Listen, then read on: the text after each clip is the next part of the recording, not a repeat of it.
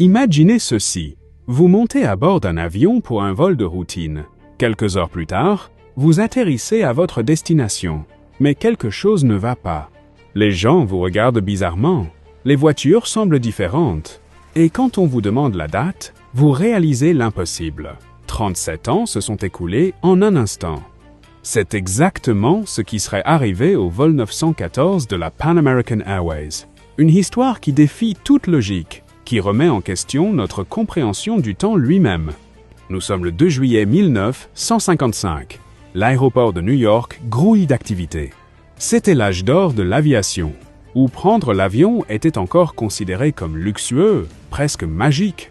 Le vol 914 de la Pan Am s'apprête à décoller pour Miami, en Floride. Un vol domestique parfaitement banal.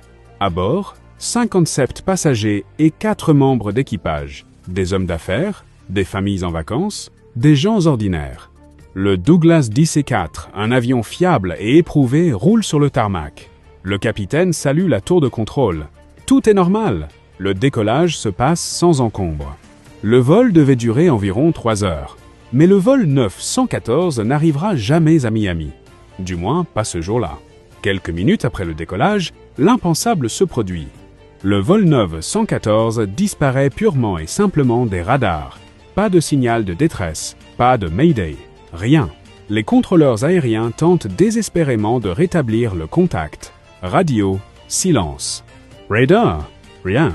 On envoie immédiatement des équipes de recherche. On ratisse l'océan Atlantique, pensant à un crash. On fouille les côtes. On interroge d'autres pilotes. Mais aucune trace de l'appareil.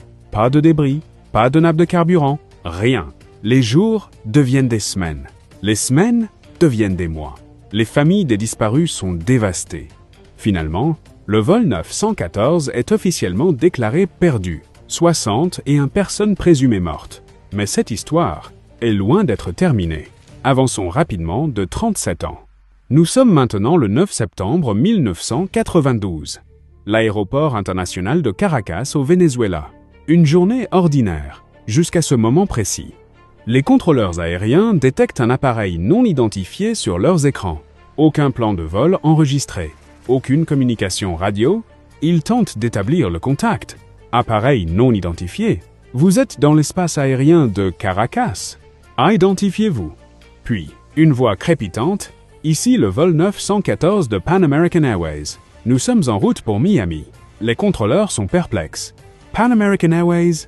Cette compagnie a cessé ses activités depuis des années.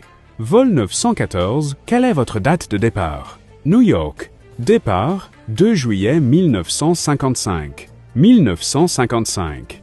Les contrôleurs pensent d'abord à une blague, mais sur leurs écrans, l'appareil est bien réel. Et quand il apparaît enfin dans le ciel, c'est le choc. Un vieux Douglas DC-4. Un modèle vintage, parfaitement conservé. L'avion atterrit. Les équipes au sol se précipitent. Quand la porte s'ouvre, c'est comme si le temps s'était figé. Les passagers descendent, complètement désorientés. Ils portent des vêtements des années 50. Leur montre indique 9 du matin. Celle de l'aéroport 14h30.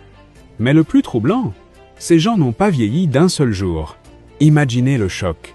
Vous vous endormez dans un avion en 1955, vous vous réveillez quelques heures plus tard, et le monde a changé. Le pilote, lui, est en état de choc. Les autorités vénézuéliennes isolent immédiatement tout le monde. On parle d'interrogatoires qui durent des jours, de tests médicaux, d'expertise psychiatrique. L'avion lui-même est étudié sous toutes les coutures. Le carburant dans les réservoirs, celui de 1955. Les journaux à bord, datés de juillet 1955. Tout correspond à cette époque. Les théories fusent. Anomalie temporelle. Certains scientifiques évoquent un trou de verre, une déchirure dans le tissu de l'espace-temps. Triangle des Bermudes. La trajectoire initiale du vol passait non loin de cette zone tristement célèbre. Coïncidence? Expérience militaire? D'autres parlent d'un projet secret similaire à l'expérience de Philadelphie, qui aurait mal tourné.